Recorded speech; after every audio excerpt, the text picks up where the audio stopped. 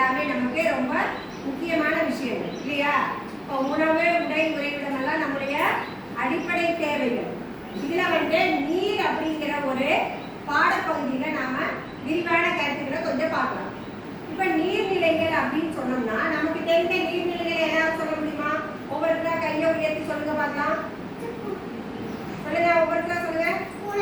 Very good. அடுத்தவங்க கடல், வேற ஏரி, ஆறு, வாய்க்கால். ஓகே, எல்லாரும் நல்ல சரியான விடை சொன்னீங்க. எல்லாரும் ஒரு கிளாப் பண்ணுங்க. பாட துணைக்கருவிகள் அப்படிங்கிற விஷயத்துல வச்சுட்டு நம்ம என்னென்னு பார்க்கலாம்.